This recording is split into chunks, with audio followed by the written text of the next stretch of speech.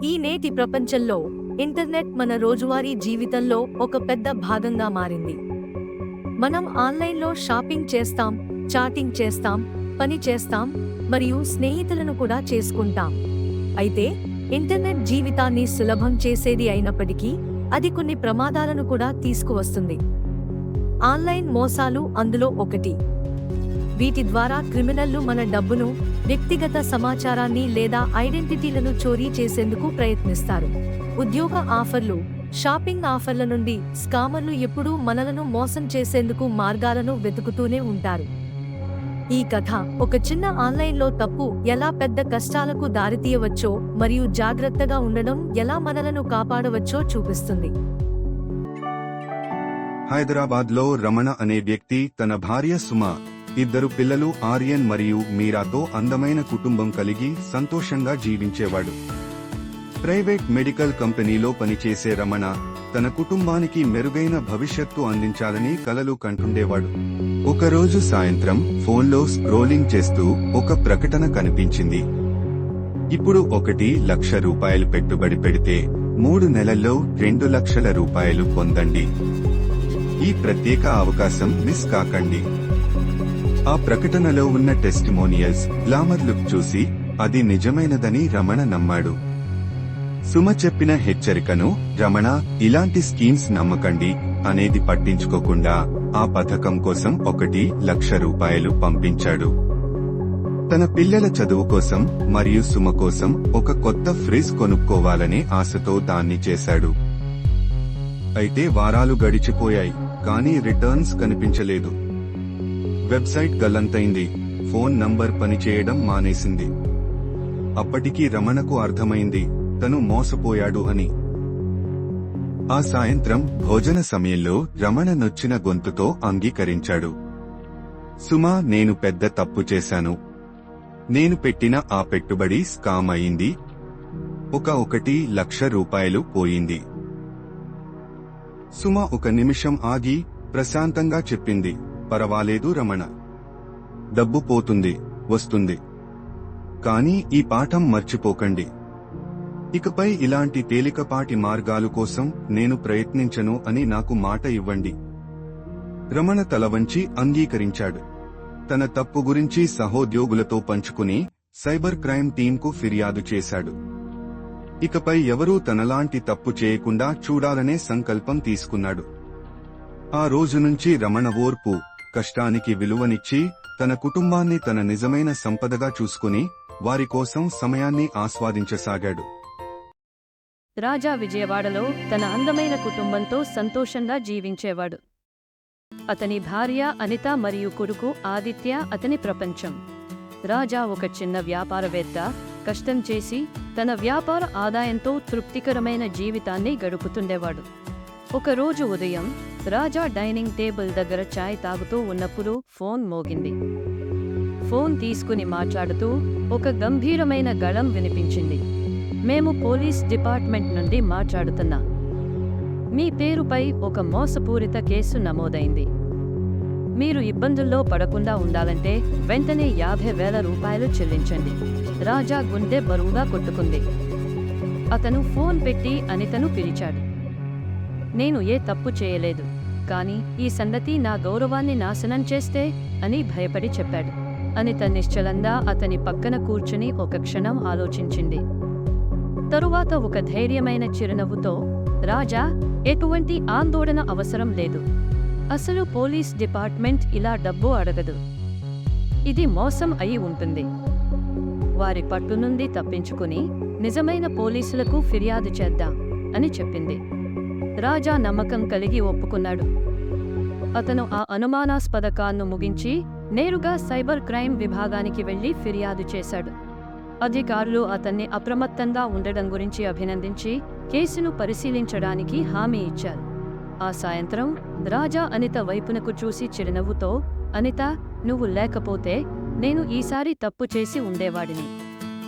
ఈ సమస్య నుండి బయటపడటానికి నీ తెలివి మరియు సహకారం వల్లే జరిగింది అని అన్నాడు.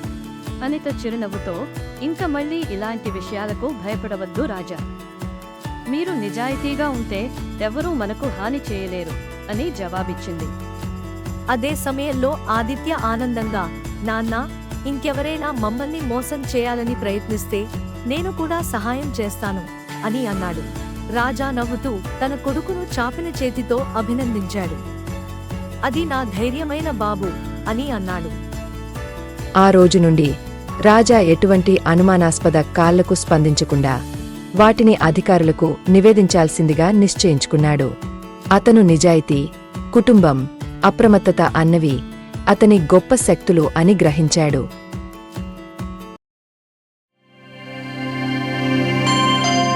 విజయనగరం సమీపంలోని ఒక చిన్న గ్రామంలో మధు అనే వ్యక్తి తన భార్య పద్మతో ఆనందంగా జీవించేవాడు.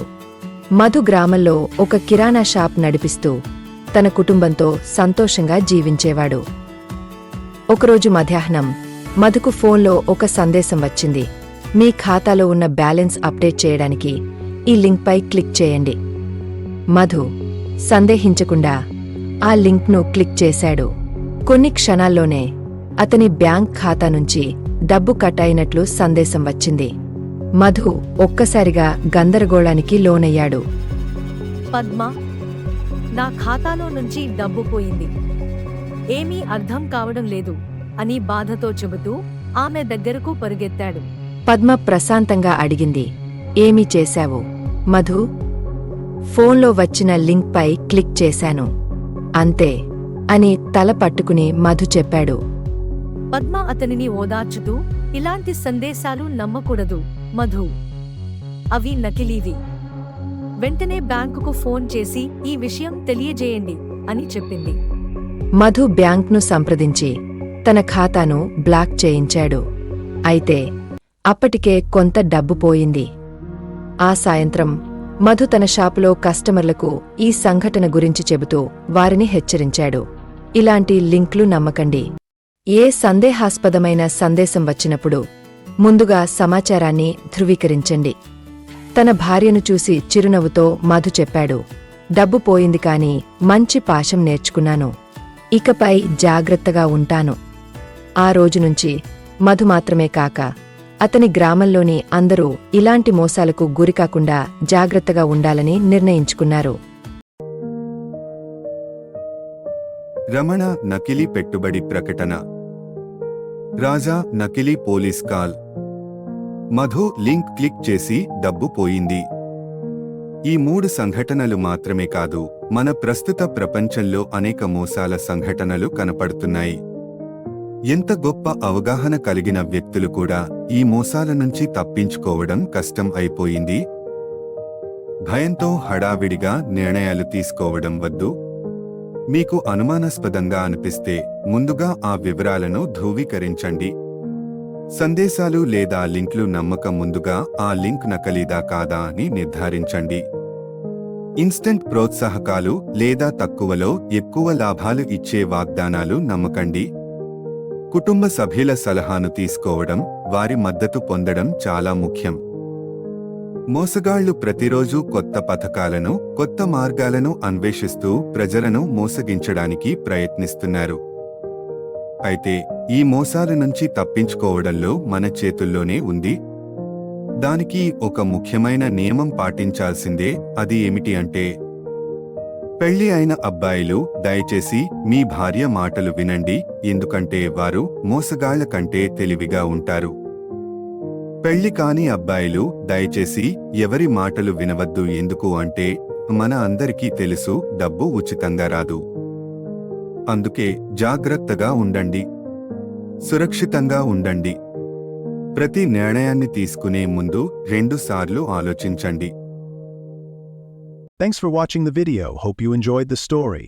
Please like the video and subscribe to our channel to expand our wings to fly even further.